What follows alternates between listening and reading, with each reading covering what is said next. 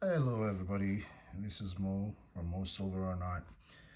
Um, Welcome to today's video. We're going to discuss is it worth it to buy those foreign silver coins off of eBay, or is it more worth it to buy them from local coin dealers near you? I made a few purchases off of eBay and I want to share my experience with you. I mean, I don't do this anymore, but this is what I used to do when I started doing this. How to figure out the whole entire lot. How much is it worth? How much did I pay? How close was I to spot prices? And we're going to find out. So today I'm going to show you, this is a lot that I bought off of eBay.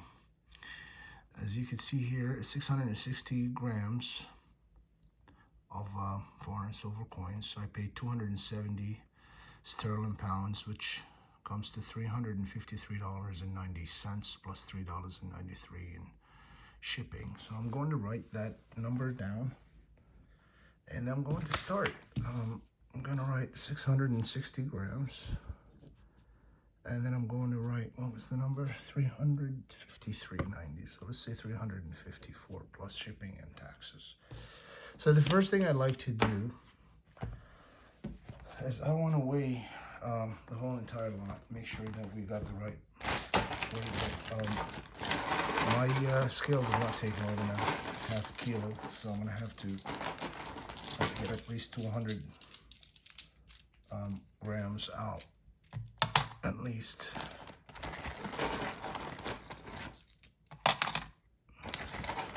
And we just need a little one.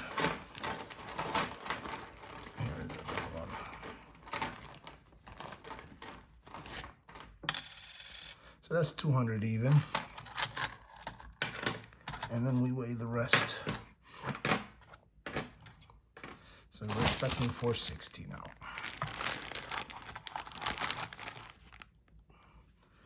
And it's 453 plus the bag is 2 grams, so it's 451.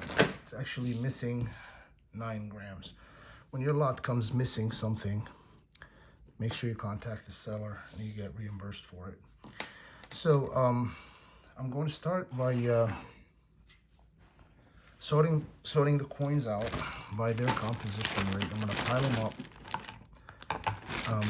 according to their composition rate. So 90% and up, 80% and up, 70% and so forth. But first of all, we have to go through the rejects. Got to make sure that, okay, I already see some rejects. Okay. This is here as a wedding token. You attend those guys' wedding and you get this token to remember the wedding by.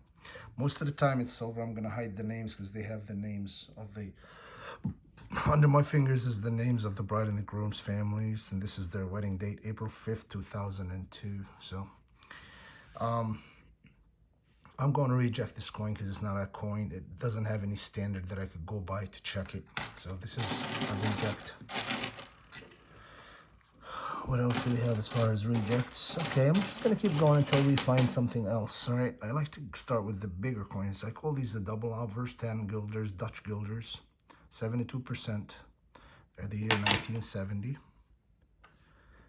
And definitely these are 40 percenters, 1969, 40% US Kennedys. Here is a Canadian commemorative dollar, 1903, 2003. I think that's the discovery of cobalt. This is it's 100 years after discovering the metal cobalt in Canada. So this is a pure silver coin, guys. This is 9999 silver. So this goes here. 100%, let me guess, definitely 1966. I wish if I can have at least one that's 1966. Anyway, it's 100% to 83.5%. I got Austrian 50 shilling of 90%, 1970. Another big one, double obverse, 1970, Dutch 10 guilders, same as this one. Huge coin. Another big one, 2.5 guilders Dutch. Now when I say Dutch, guys, it means the Netherlands, okay? Deutschmark is like German, Dutch guilders is the Nether. I guess it's easier to say Dutch guilder than say Netherlandian guilder. I'm not sure. So this is 72%. Another 40% in 1967 American half dollar. And when they put them in the lot, they flip them like this, so you can't tell what year it is when you get it. It's definitely a 40%er. You would want one of them to make a mistake and put a 1964 in there, but that's fine. This is another 40%er. Let's see, 500 lira Italian, 83.5%. Another 40% in 1969. I'm trying to go as fast as I can because we don't want to stay here for a long time. All right, this is another Austrian 50 shilling, 1959. This one doesn't have the number, it just says it right. It says 50 shilling. In German, it means 50, I guess, yeah. So that's a 90% silver. I got a sterling, Australian. This is the Parliament House coin to commemorate the Parliament House. Is Parliament House, Australia, 1 florin. So this is definitely sterling. Australia is one of the countries that kept going sterling until the year 1946. So let's hope this is sterling. Yes, it is. That's a 1 rupee, 1920, British India. Now, all the British coins, they stopped the sterling at the year 1919. So 1919 was the last year where their composition was sterling. But their composition is not actually sterling. It's 91.7% silver. So, but they kept going till the year 1920. So those coins were actually minted under the supervision of the British, but they kept going at 91.7. Okay, I see another reject, which is some kind of a metal. I'm not sure if it's Japanese or Chinese. Anybody knows what this is, please write down in the comment section below. It's going to be a reject. Now, when I reject a coin like that, guys, because literally I have no standards to go by. I don't know what it is. I don't know if this coin is 90%, 50%, 60%. I have to buy something like that. 50 cent Australian, 80%.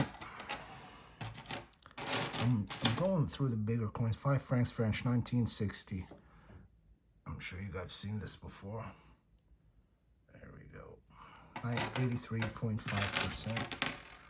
British India, 1940, 50%. There we go. That's the first 50% coin. All right, we got another one, old guilder, 1929, Dutch guilder. Be sterling, please. Yes, it is. 1917 sterling British, 2 shillings or a florin. 1917, 92.5%. And I see another reject.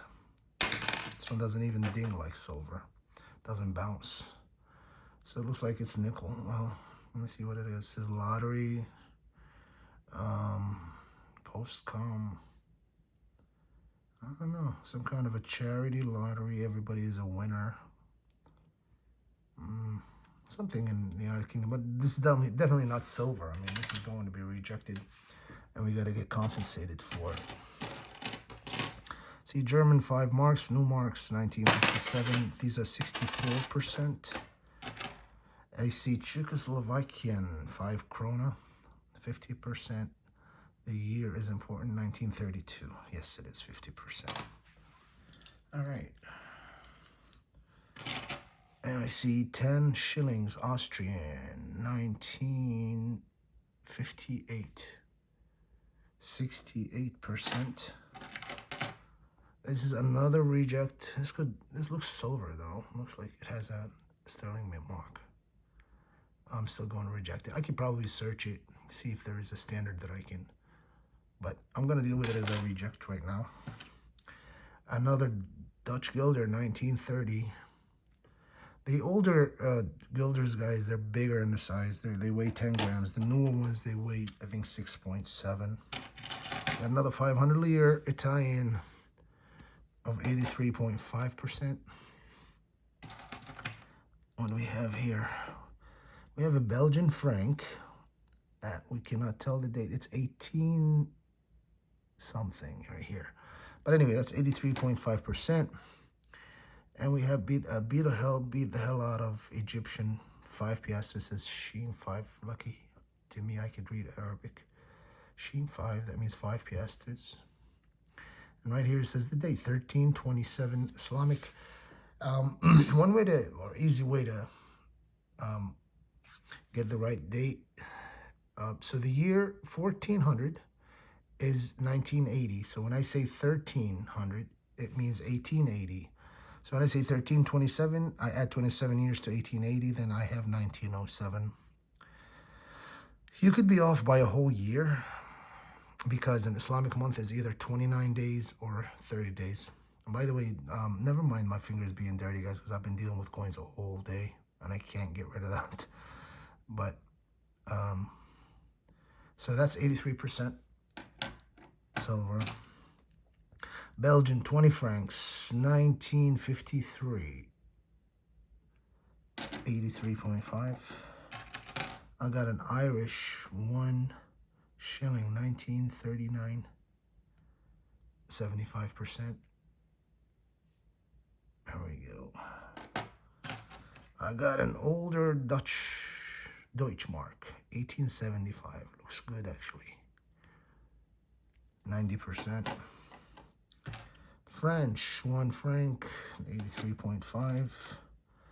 Austrian, 1 shilling, 1926.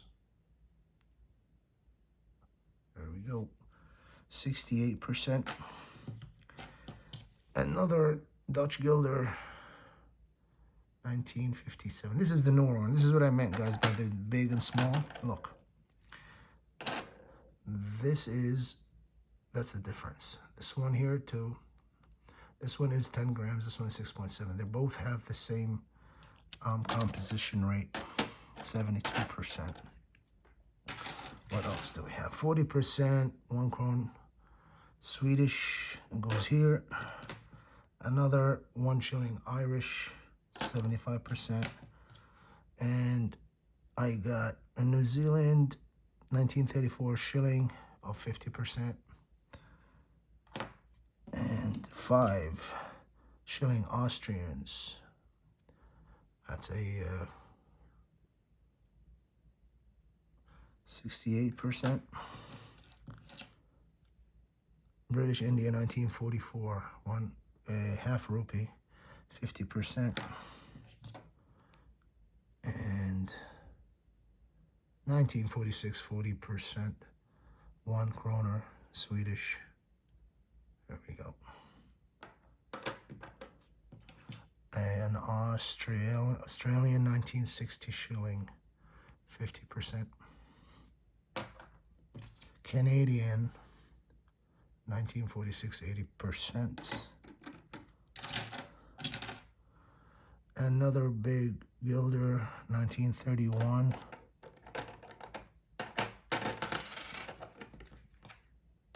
Are they all showing? Yes.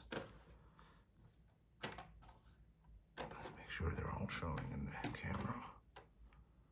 There we go. Another guilder of 72. A dateless Canadian. It could be 80, it could be sterling. There's one way to find out. We can ding it and ding this quarter. They sound different. So this is the 80%, this is a sterling. You just ding them. This is all you gotta do. If they sound exactly the same, that means they're the same composition. That's another guilder Dutch. And this is Finland, I believe. Yes, it's a 1 mark Finnish. What year? 1967. These are 33%. So what do we have here? Another 20 francs, Belgian. There we go. So I'm trying to go fast because I don't know, seen one, seen all. This is Turkish lira, 1948. And that's a 60%. And this is another Finnish mark of 33%. I got a franc, Belgian franc. is 1912. 83.5%. A Moroccan dirham, 1960. A 60%er. I got a 1 peseta Spanish, 1870. That's a good coin. 83.5. Another 10 shilling Austrian of 68%. 50 or Swedish. Is it Swedish? Yeah, 60%.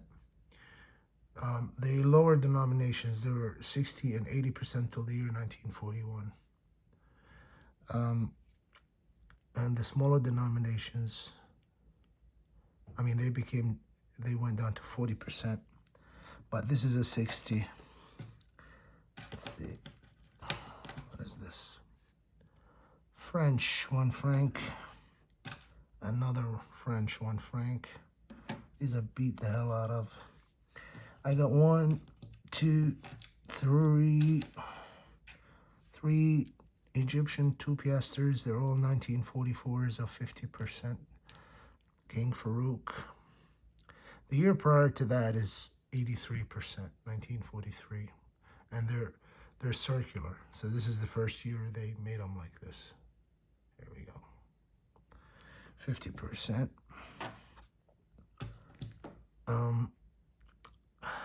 Sixpence, 1938. Good, so that's 80%. And we have a half a guilder of 1921. So this is a 72%. A German half mark, 90%. Let's see, what do we have here? Canadian dime, 10 cent, 80%. And 1899. Oh, come on, I got it. There you go. There we go. 1899, half franc Belgian of 83.5, a half Swiss franc of 83. You can't zoom in on those little coins. They make them so small. 50 cents, French, 1916, 83. Okay, I got 1, 2, 3. These are all 68%, 25 cent, which is 1/4 guilder.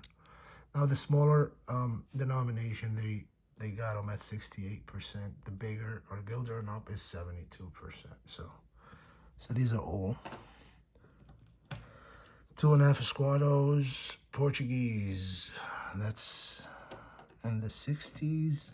Oh, here we go. This is the Egyptian 2 piasters, 1943. This is the year prior to the. Okay, here's the one I'm talking about. See, those two are both 2 piasters Egyptians. This one is 83.5. This one is 50%. 1943, 1944. First year they made those circular. I mean, this is the first year they made it like that. Before that, it was circular. So 50%, 83.5. Half a rupee. Oh, sorry. 1/4 rupee, 1945, 50%. What's this? Iraqi 25 fils. That's a 50%. 1959. That's a beautiful coin. There we go. A US dime. Another US dime. Both 90%. No key dates at all. And what do we have? French. I'm gonna put them up together. And this is Belgian half franc. And 1935. These are all 80%ers. All right. 25 or Denmark, I guess. Yeah. 1874.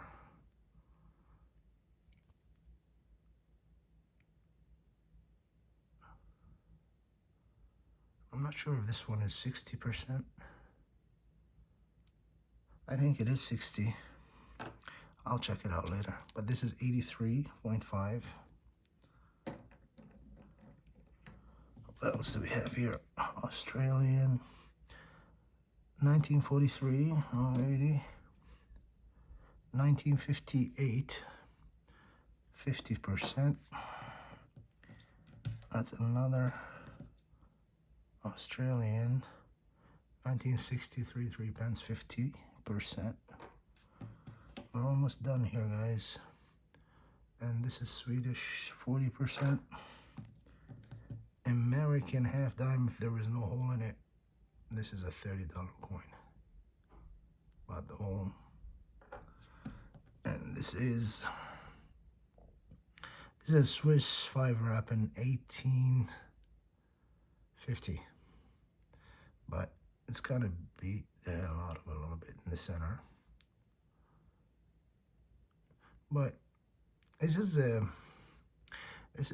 composition of this called billion. I think this particular coin is 33%. But billion means also gold. There's a little bit of gold in it, like 1% gold. This is another billion coin.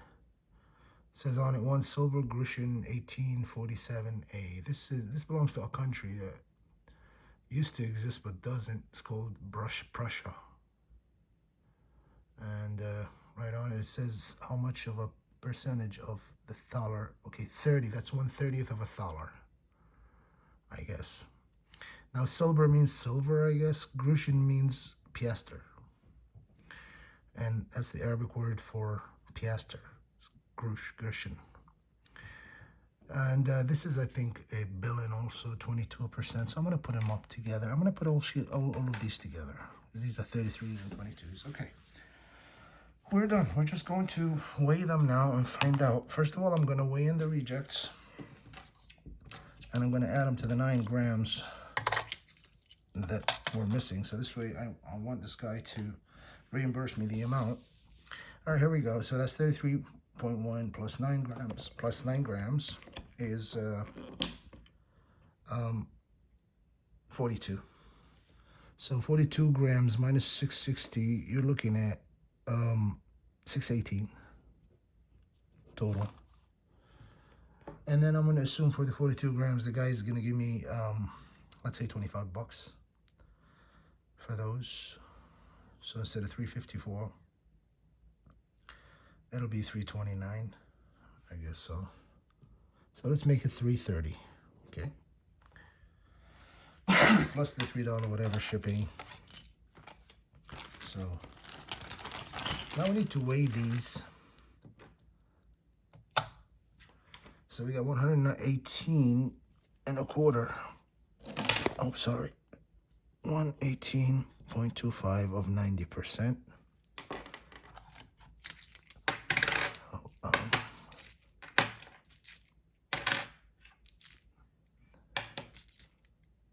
Matter of fact, I'll do that later. I'll do that later. We need to weigh these.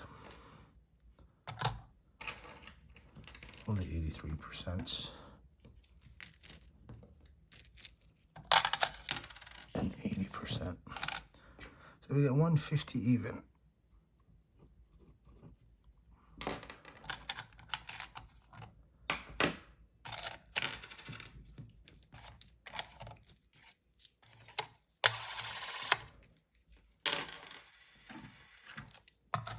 And the 70s and up, we have 130.4.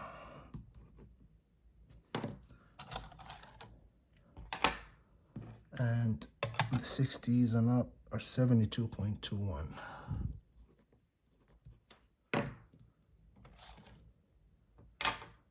And the 50% are 53.22.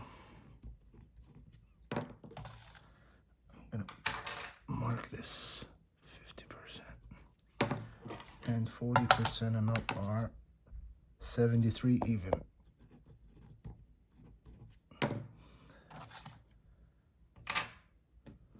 And then I'm going to do those as 30%, 1650 of 30%. Now we have to just do the math.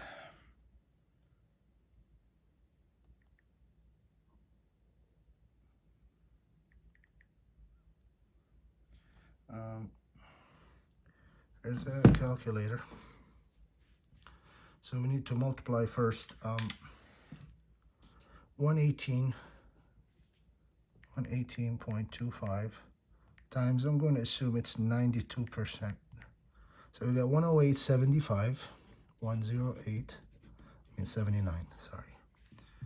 Then we have 150 times, we're going to do, let's say 82%. We got 123.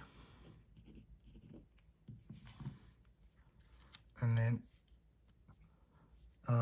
we're going to do 130.4 times, let's say 73%. Got 95.19. And then we got 72.21 times, let's do 63%. 45.49. And then we're going to do 53.22 times 50%, 26.6. And then we got 73 shy times 40%, 29.02. And then we have finally 16.50 times 30%, 495. Now we have to add them all up. So we have 108.79 plus 123 plus 95.19. I'm sorry, I messed up. 108.79 plus 123 plus 95.19 plus 45.49 plus 26.61 plus 29.02 plus 495 equals. So we have 433.05. 433.05 of pure silver in this whole entire lot. You multiply this by today's prices of silver, let's say 82 cents. So we have 355.1. So $355. And we got this lot for 330 after all the returns and rejects. Plus there's $4 shipping plus taxes. So you could tell that I got it at spot or even below.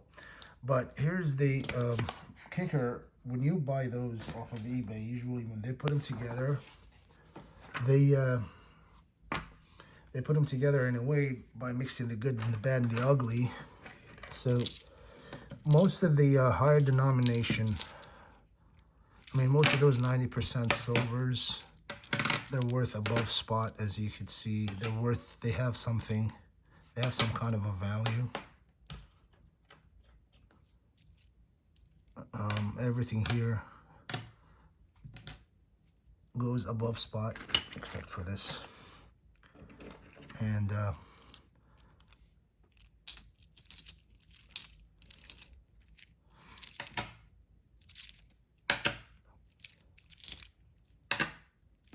all of those here, they're worth something.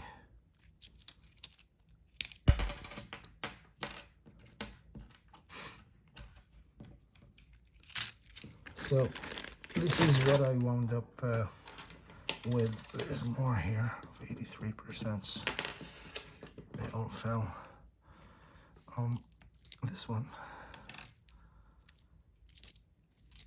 definitely this. These are all worth above spot value. All the ones that I'm showing you.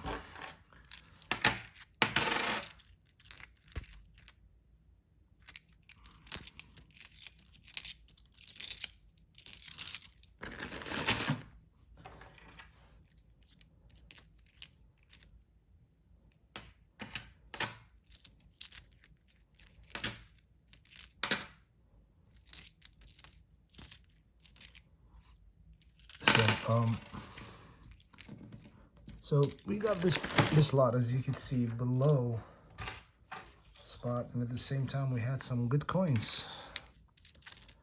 All these coins that you're seeing right now, they do have a, I'm sorry, I dropped this. They do have a good value.